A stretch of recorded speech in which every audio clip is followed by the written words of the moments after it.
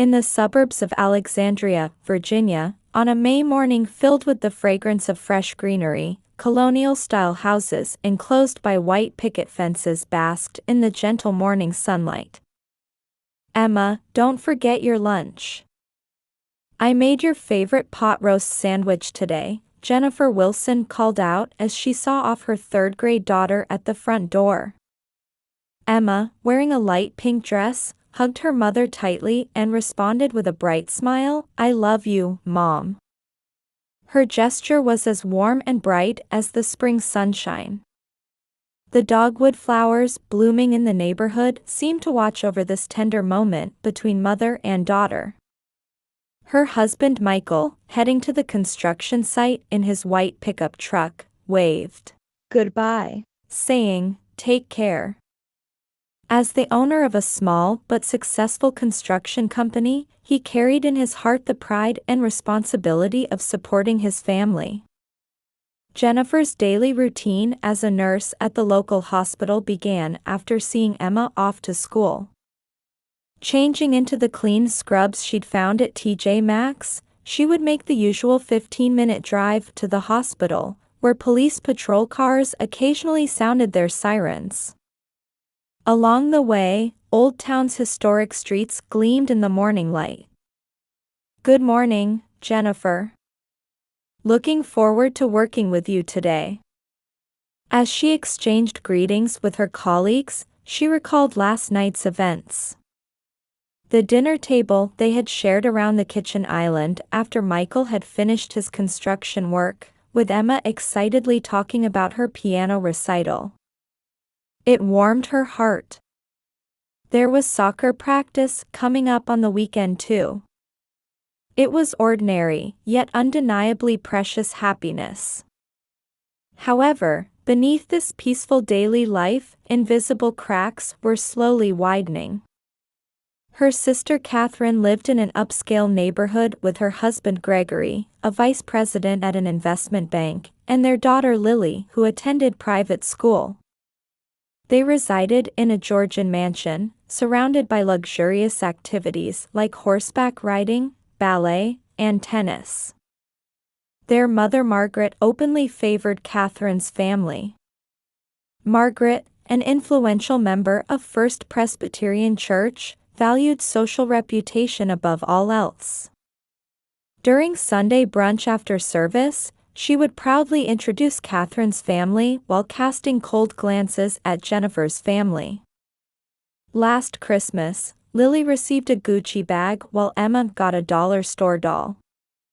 For birthdays, only Lily received special gifts like a trip to Disneyland.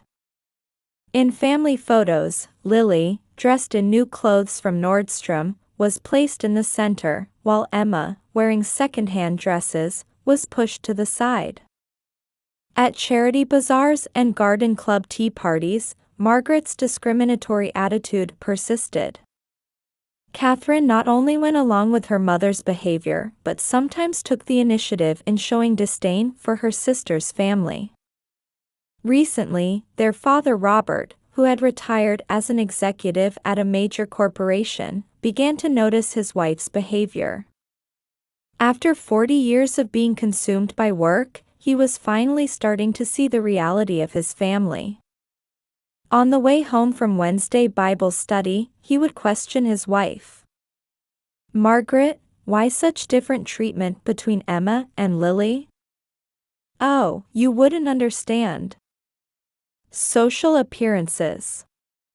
Behind the peaceful facade of weekend church attendance, in the historic red brick church established in 1772, family tensions were quietly but surely deepening beneath the exchanged smiles. The last week of May, at 3 in the afternoon. The wind chime-like sound of school dismissal echoed through Maple Street, lined with colonial-style houses. The geraniums on the Wilson family's porch bloomed brilliantly in the early summer sunlight. Their well-tended garden, which won prizes every year in the local gardening enthusiasts contest, reflected the warm atmosphere of their home. Jennifer had finished her hospital shift early and was preparing to welcome her daughter. In the kitchen, she was baking chocolate chip cookies, Emma's favorite. These homemade treats, made from her grandmother's recipe, were always guaranteed to bring a smile to her daughter's face. As the sweet aroma filled the room, she was planning tomorrow's menu while storing organic vegetables and fresh ingredients from Whole Foods in the refrigerator. Usually at this time, the energetic voices of neighborhood children could be heard. Emma would often chat with her friends and sometimes stay to do homework. But today was different. "I'm home." The voice from the entrance set off maternal alarm bells. It wasn't her usual cheerful tone. Instead, it was heavy and suppressed. Jennifer caught her breath at the sight of Emma entering the living room. Her usually neat St. Mary's private school uniform was disheveled, the navy pleated skirt was crooked, the white blouse wrinkled. The embroidered emblem on her chest seemed to be crying, twisted out of shape. Her normally well-tied brown hair was messy, and the straps of her Ralph Lauren backpack trembled in her tightly clenched hands. Large tears were flowing from Emma's eyes. The edges were red and swollen, with dried tear tracks on her cheeks. "Emma, what's wrong?" As Jennifer rushed over, Emma responded with a choked voice. There was no trace of the daughter who had bounced out that morning with a bright, "I love you, Mom." "Mom." Grandma gave Lily a Gucci bag and a trip to Disneyland. "But for me." Emma's voice trailed off as she pulled a small box from her backpack. A cheap plastic doll from the dollar store was stuffed into a careless box without even gift wrapping. Dust had already settled on the doll's surface. "How did you find out?" Lily was bragging about it at school, in front of everyone. Emma's voice trembled. With each quiver of her small lips, her mother's heart shook too. During recess, Lily brought her new bag. Everyone was gathering around saying "wow," and then Emma choked on her words and took a deep breath. Pressing the sleeve of her white uniform against her eyes, she struggled to continue. Lily said, "Grandma gave this to me. She said I deserve expensive things." "But Emma." Then she took out my present box and showed everyone, saying, "Look at this." Everyone was laughing. Tears flowed again. Emma's small shoulders shook. The kitchen, filled with the sweet smell of cookies, was now heavy with sadness. Jennifer held her daughter tightly. Anger burned inside her chest, but she desperately tried to contain it while continuing to rub her daughter's back. The scent of laundry detergent and classroom chalk mingled on Emma's uniform. "Wait here." Jennifer picked up her phone and dialed her mother's number. After 3 rings, Margaret's voice came through. In the background, the lively voices of upper-class ladies at a garden club tea party could be heard. "Well, Jennifer. This is unusual." "Mom, what's the meaning of this?" "What do you mean?" The difference in presence between Emma and Lily. A superficial laugh came through the phone. Along with the clinking of teacups, the voice sounded even more arrogant. "Really, calling about such a trivial matter?" "This isn't trivial." "Why such discrimination?" "Well, Lily deserves the best, doesn't she? She's Catherine's daughter. The daughter of an investment bank vice president's wife needs certain things. Your daughter should be grateful she received anything at all." "I never thought I'd have to explain such obvious things at my age." Margaret's voice dripped with the arrogance born from years of social status. As a leader in First Presbyterian Church, her words carried absolute confidence. Obvious? How is hurting Emma's feelings obvious? My, how dramatic. You see, in society, there are classes. Jennifer hung up. She saw no point in continuing the conversation. She placed her trembling hand on the kitchen counter and exhaled deeply.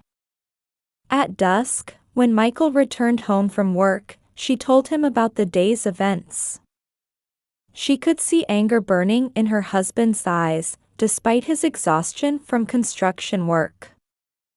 How could they? Michael clenched his fist. Blue veins stood out on his large hands, toughened by construction work. But let's think this through calmly, Jennifer said, gently holding her husband's hand. For Emma's sake, let's focus on what we can do. They talked for a long time.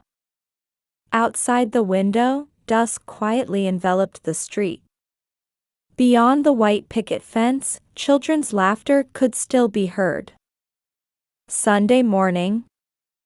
The bells of First Presbyterian Church rang out over the quiet town.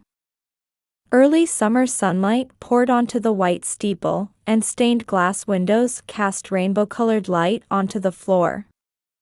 This church, with over 2 centuries of history, had long been the spiritual pillar of Alexandria's upper society. The red brick walls bore the marks of generations of faith. Emma, are you okay? Jennifer called out to her daughter, who sat quietly in the back seat. Usually, this was when Emma would eagerly talk about Sunday school, but today she only sighed deeply. Though her navy dress was worn properly, her expression still bore heavy traces of yesterday's events. She nervously clutched the edge of her white-collared blouse, which her mother had carefully ironed late into the previous night. The church parking lot was already filled with cars. Among the Mercedes and BMWs, the Wilson's practical Toyota took up a modest space. Michael gently stroked Emma's hair, whispering, "It'll be all right." With Memorial Day approaching, the church entrance was decorated with American flags and seasonal flowers arranged by the ladies. Petunias and geraniums sparkled brilliantly in the morning light. "Good morning, Jennifer." At the church entrance, Catherine, dressed in a Burberry dress, greeted her with a superficial smile. A new Cartier necklace gleamed at her throat. Beside her, Lily proudly clutched her new Gucci bag. Even Lily's shoes were clearly from a luxury brand. "Lily, what a lovely bag." Country club members showered compliments. Margaret placed her hand on her granddaughter's shoulder with a proud expression. The scent of eau de parfum wafted from her Lakoff twin set. "Yes, only the best for my precious granddaughter." At those words, Emma's shoulders trembled slightly. The service began, and the congregation was enveloped in a solemn atmosphere. The majestic sound of the pipe organ filled the old church. However, the silence didn't last long. During Sunday school time, an unexpected incident occurred in the hallway in front of the heavy English-style wooden doors as the children were moving to another room. "Hey, want me to show everyone Emma's present?"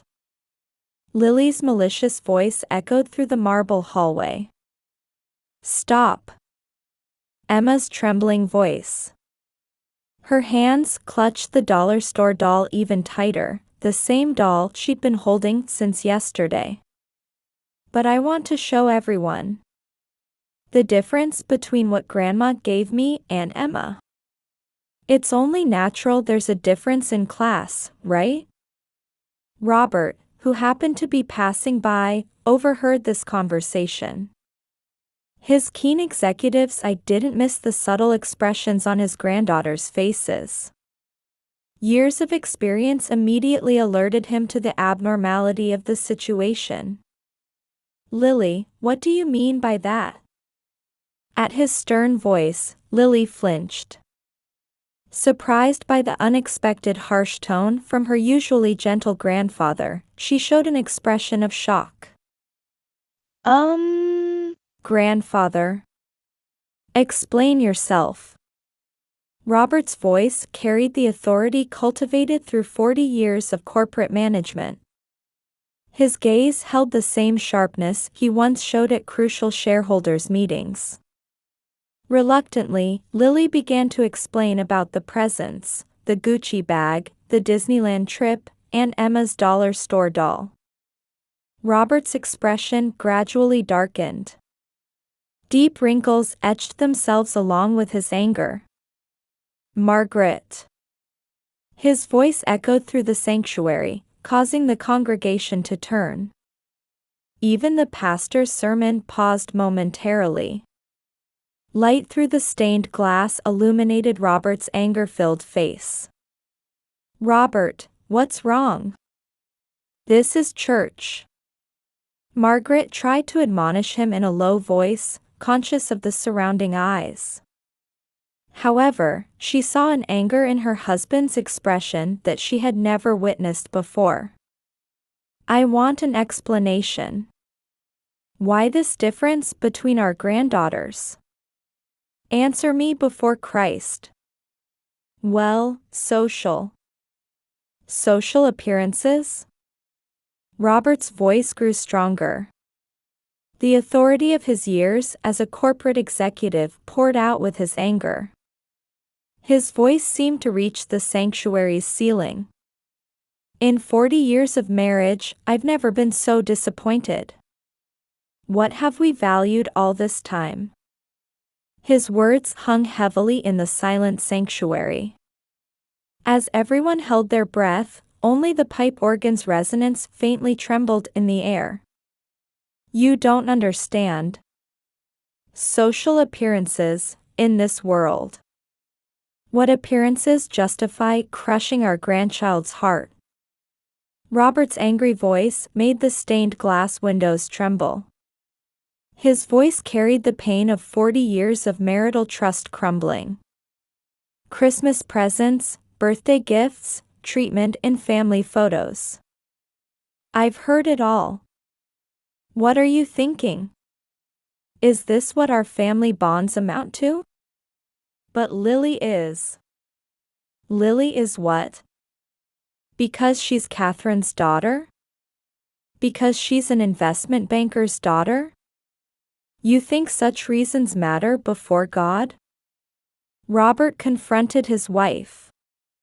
The congregation watched with bated breath. Even among the elders, surprised voices could be heard. This is not the love our church preaches. Christ's teachings speak of equality. And you. Robert stumbled over his words. Beside him, Emma trembled slightly. Though startled by her grandfather's anger, she understood in that moment that his anger was in defense of her. "Come here, Emma." Robert gently drew his granddaughter close. With his large hands, he rubbed her back just as he had once held his daughter Jennifer. "Grandpa will make this right. I promise before God." At those words, tears flowed from Emma's eyes. But these were different from yesterday's tears of sadness. They were warm tears of relief. Margaret, unable to bear the surrounding looks of condemnation, left the sanctuary. The sound of her Christian Dior heels clicking hurriedly on the marble floor echoed. In her retreating figure, one could almost hear the sound of her long-built social prestige crumbling. From that Sunday, Margaret Thompson's world began to collapse like falling dominoes. First, her position at First Presbyterian Church changed completely. The influence she had built up over 40 years crumbled in an instant. "Margaret, about this year's charity bazaar." Elizabeth Montgomery, the Women's Association president, continued awkwardly. We've decided to review the selection of officers. Margaret immediately understood the meaning. She would lose her position as general manager of the charity bazaar, a role she had held for 20 years. I see. Margaret responded, desperately trying to keep her voice from trembling. But even at that moment, various rumors were flying through the church hallways. At Sunday services, her once close friends now pretended not to see her. During choir practice, no one would sit next to her. An invisible wall had been built around Margaret. Elizabeth, about next week's bridge club. I'm sorry. We've decided to limit membership starting this month. This was just the beginning. She received a notice of membership suspension from the Alexandria Garden Club. The club president's handwritten letter cited the membership dignity regulations. Margaret learned that the photographs of her garden, which she had carefully tended for 30 years, had been removed from the club's annual calendar. Her position at the country club also changed. She was no longer invited to the monthly tea parties, and the tennis courts were always supposedly fully booked when she tried to make reservations. Madam, regarding this year's Christmas party. It was a call from the Windsor family, long-standing pillars of society. Unfortunately, due to seating limitations this year, the meaning was clear. Changes occurred within the family as well. Catherine's family stopped showing up for Wednesday dinner. Mom, Lily's been acting strange lately. Catherine's voice on the phone had lost its former arrogance. At school, other children are treating her coldly. They're saying they don't want to become like Grandma. Margaret caught her breath. Learning that her actions had affected even her granddaughter's school life, her chest tightened. However, the most serious blow came from her husband Robert. Margaret, I think we should separate for a while. His voice, which had made difficult decisions in the executive suite many times, carried an unprecedented weight. I'm moving to the vacation house. You need time to seriously think about your actions. But Robert, this is non-negotiable. And Robert paused for a moment and took a deep sigh. I've decided to transfer most of our savings to Emma's education fund. Lily has plenty of assets already. This is what fairness looks like. At those words, Margaret's knees gave way. Sitting on the sofa in her luxurious living room, Margaret stared out the window. Well-tended spring flowers still bloomed brilliantly in the garden. However, the friends with whom she once shared this beauty were now gone. Her cell phone rang. She hurriedly hung up when she saw St. James Luxury Senior Living displayed on the screen. The elegant retirement life she had dreamed of for years was now beyond her reach. Instead, brochures from an ordinary suburban nursing home lay on the table. The cover featured the tagline, "Peaceful Living," but the facility photos were far removed from the graceful retirement she had envisioned. Oh, Lord! Her prayer echoed emptily in the room. Under the crystal chandelier, the former queen of society was enveloped in complete solitude. The ticking of the clock seemed oddly loud. Margaret acutely felt that the wheels of her life had gone astray beyond the point of no return. Outside, the church bells were ringing. The bells announcing Sunday service had once been a symbol of pride for her. Now they were just sounds reminding her of all she had lost. Closing the curtains, Margaret shed truly remorseful tears for the first time in the darkened room. These weren't tears for losing her social status. They were tears for the irreparable mistake of hurting her granddaughters' pure hearts. A year later, in spring, a new season had come to Alexandria once again. In the Wilson family's yard, Emma was practicing soccer with her friends. Now 9 years old, she had grown much stronger than before. "Nice shot," neighbors called out from beyond the white picket fence. In the same place where she was once secretly scorned as the construction worker's daughter, everyone now offered warm greetings. "Emma, snack time." Jennifer appeared with homemade lemonade and cookies.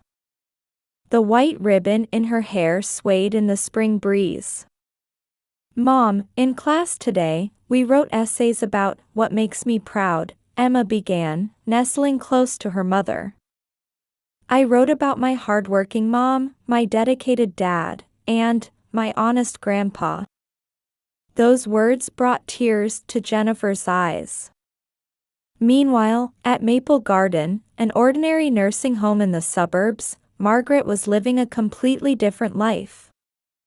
In stark contrast to her former luxurious reception room, she now had a simple 6-tatami mat-sized private room. By the window sat pots of geraniums she grew herself. Though there were no expensive vases, the flowers showed unmistakable vitality. "Mrs. Thompson, it's time for the gardening club." Margaret slowly looked up at the caregiver's voice. "Yes, thank you." Anyone who knew her from her glamorous social days would be shocked by her appearance. Her designer clothes were stored away, replaced by ordinary department store wear. Yet her expression held a strange serenity. "Grandma." Sunday afternoon. Emma and Lily visited Margaret's room. Their relationship was slowly healing after that incident. "Emma, Lily." Margaret gazed at her granddaughters.